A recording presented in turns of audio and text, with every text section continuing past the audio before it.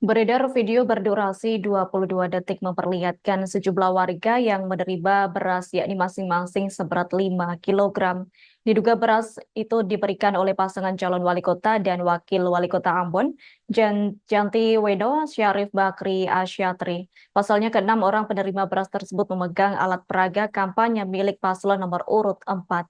Terkait hal tersebut, informasi selengkapnya akan disampaikan langsung oleh rekan wartawan Tribun Ambon. Jenderal Lawis, silakan untuk laporan lengkapnya. Ya, baik Tribuners dapat kami sampaikan. Beredar video berdurasi 22 detik memperlihatkan sejumlah warga menerima beras masing-masing seukuran 5 kilo. Beras itu diduga diberikan oleh pasangan calon wali kota dan wakil wali kota Ambon, Janji Weno dan Syarif Bakri Asyatiri. Pasalnya, keenam orang penerima beras itu memegang alat peraga kampanye milik paslon nomor urut 4 itu.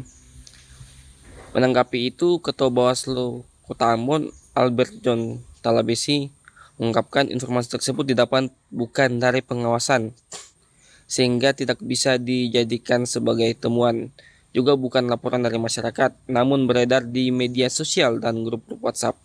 Talabesi mengatakan berdasarkan video hasil penelusuran oleh Panwas Kecamatan Maguala, lokasi video itu berada di kawasan Wayori, Desa Paso, Kecamatan Maguala, Kota Ambon.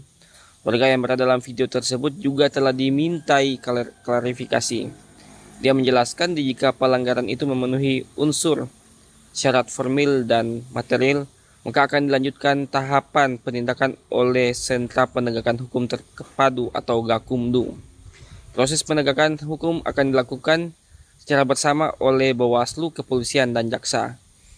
Hingga berita ini diterbitkan, Tribuners, Tribunambon.com telah berupaya menghubungi Janji Weno, namun dia belum membalas pesan WhatsApp ataupun menjawab telepon dari kami. Terima kasih kembali kepada rekan di studio.